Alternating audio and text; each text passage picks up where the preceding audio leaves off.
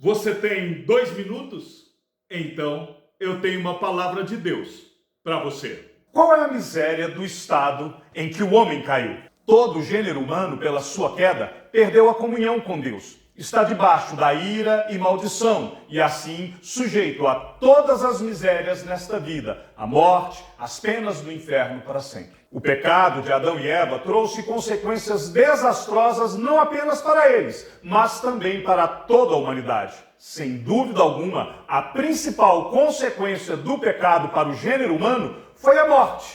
A morte não fazia parte da natureza humana criada por Deus. Porém, como resultado do pecado, o homem passou a experimentá-la em seus vários aspectos. Com o pecado veio a morte espiritual, aonde nós fomos separados da nossa comunhão com Deus. Com o pecado veio a morte física, a separação entre o nosso corpo e a nossa alma. O pior aspecto da morte certamente é a morte eterna, que também é chamada na Bíblia como segunda morte, lago de fogo, a separação final do homem completo de Deus. O pecado trouxe para nós a terrível sentença: aos homens está destinado morrerem uma única vez, vindo depois o juízo. Somente Jesus Cristo tem o poder de nos livrar da ira e maldição divina e de todos os aspectos da morte. A morte e a ressurreição de Cristo nos livra da morte espiritual, porque Ele restaurou a nossa comunhão com Deus. A morte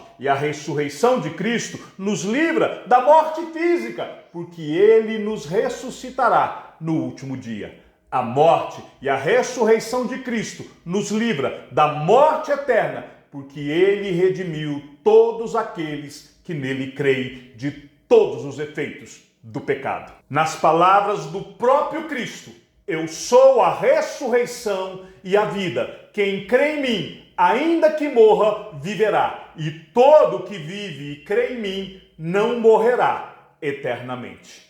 Que a graça salvadora que vem de Deus seja sobre nós e que a sua vida seja sempre para mais em Cristo Jesus.